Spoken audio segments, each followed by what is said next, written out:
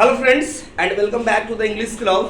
Today we are going to have a new session and our topic is adverb clause of condition. So first of all I would like to make you introduce with the following conjunctions like if, unless, and these are two conjunctions.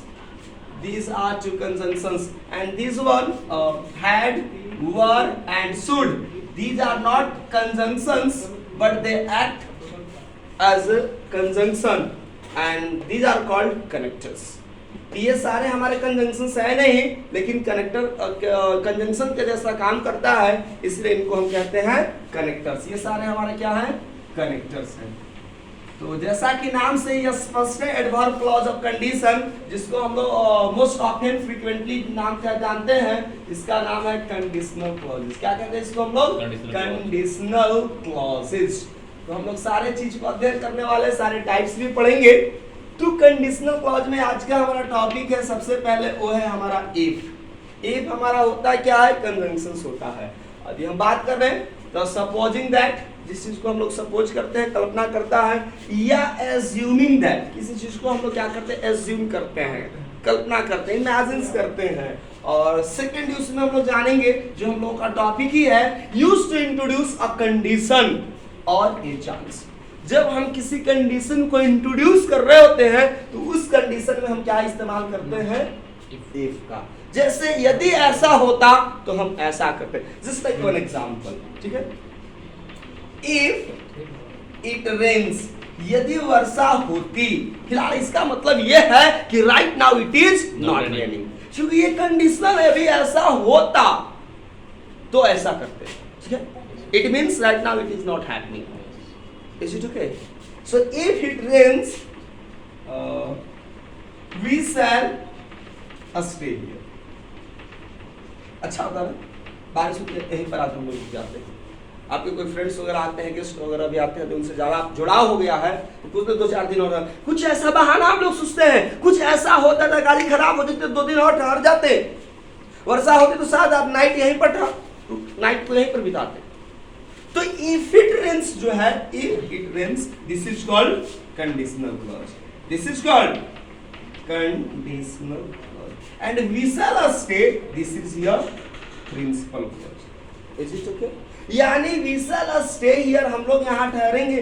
This action depends on totally on the first action of the sentence. The second will occur only if the first happens. Second will never be imagined if the first does not occur. Second तभी होगी जब हमारा first होगा। यदि first नहीं है तो second की हम कल्पना नहीं कर सकते। ऐसे ही सेंटेंसेस को हम लोग कहते हैं कंडीशनल क्लॉजेस। दोस्तों कंडीशनल क्लॉजेस में कई सारे, सबसे पहले मैं आपको पैटर्न बताऊंगा कि हम कंडीशनल क्लॉज को फ्रेम कैसे करते हैं। और तो स्ट्रक्चर्स बताने के पहले एक सेंटेंस में और आपसे बातें करना चाहूंगा। चलिए सबसे पहले हम लोग जानेंगे जस्ट लाइक इफ, हमने मेंशन कर दिया, इफ सी प्रोपोजेस मी, ठीक है? यदि वह मुझे प्रपोज करती है तो what can I do? What should I do? I reject. I reject. You have the power of rejection. Yes. Definitely no, dear, no. If a girl gives a beautiful smile, आप तो फिर समझाते हो। If a beautiful girl give me a kiss, then I will not. अच्छा, nonsense, why? If she proposes me, what should I do? I shall accept it. I shall accept it.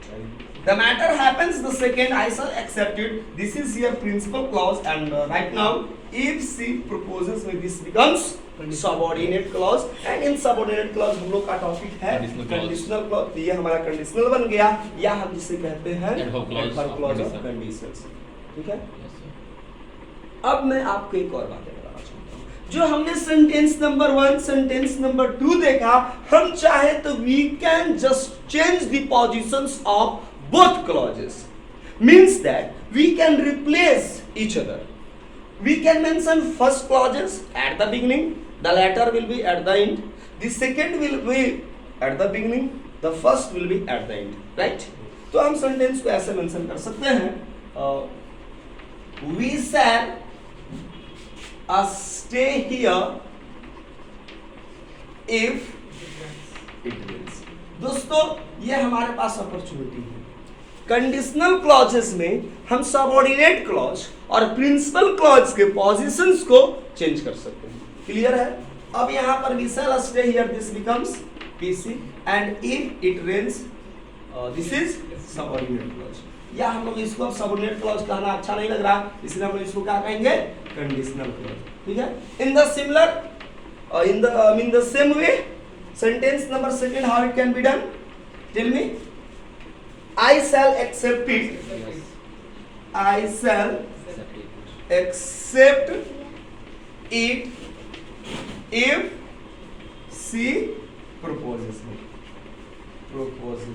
So now tell me, which one is similarly? If she proposes me, this becomes, tell me, conditional clause. This is Conditional clause. conditional clause. And I shall accept it. This is Principal clause. principal clause.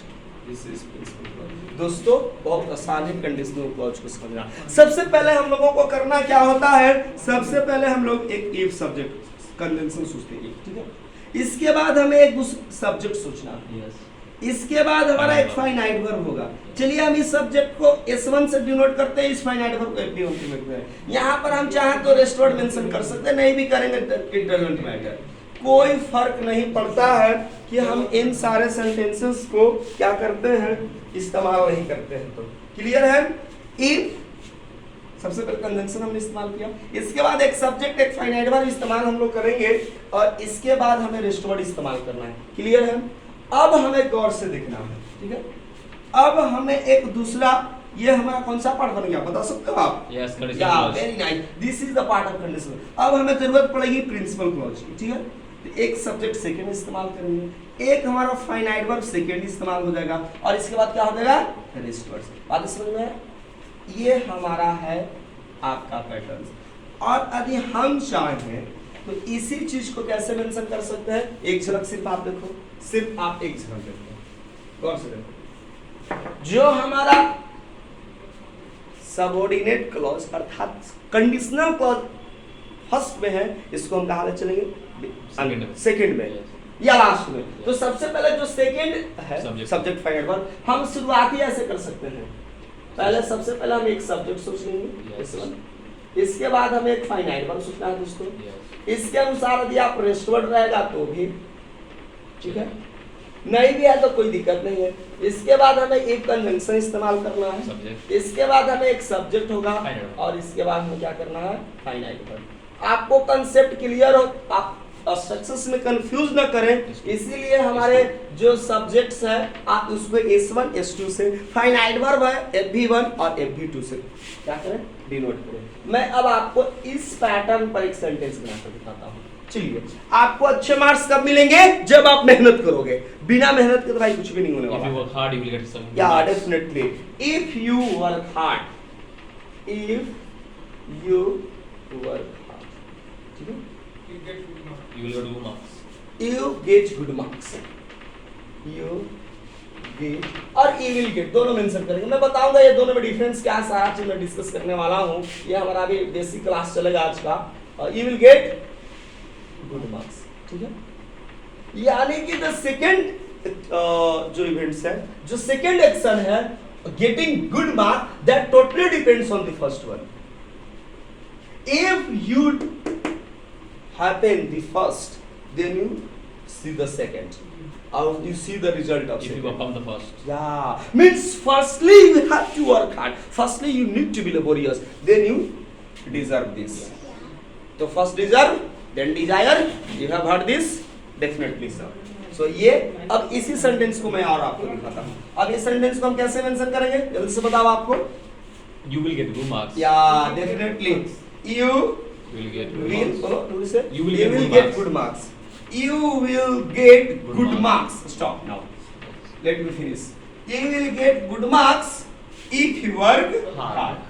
तो ये था हमें, और बाकी आपको clauses identify कर ही लेंगे। तो हम उम्मीद करते हैं दोस्तों आप इस स्ट्रक्चर से का इस्तेमाल करते हुए, इस स्ट्रक्चर का इस्तेमाल करते हुए कंडीशनल के सेंटेंसेस बना सकते हैं। यदि मैं गुलाब होता तो तुम्हारी हाथों में होता। If I wear a rose, I अगर in your hand. यदि मैं तुम्हारे जगह पर होता तो मैं ऐसा कभी नहीं If करता। I were यदि at मैं your एक place. स्टूडेंट होता तो आपके साथ पढ़ता, ठीक है। यदि मैं दिल्ली गया होता तो लाल किला को देखता। इन सारे क्या, हाँ, यदि मैं पक्षी होता तो आकाश में उड़ता, यदि मैं राजा होता तो प्रजा की सेवा करता। इन सारे सेंटेंसेस को आप इंग्लिश में ट्रांसलेट करना जो भी सीखेंगे दोस्तों, मैं आपसे वादा करता हूं मैं मिलूंगा अगले सेशंस में कुछ नए वीडियोस के साथ, जहां पर हम सारे सेंटेंसेस को इंग्लिश में फराटेदार तरीका से मैं आपको ट्रांसलेट करना सिखाऊंगा। तो मिलते हैं अगले वीडियो में। जय हिंद।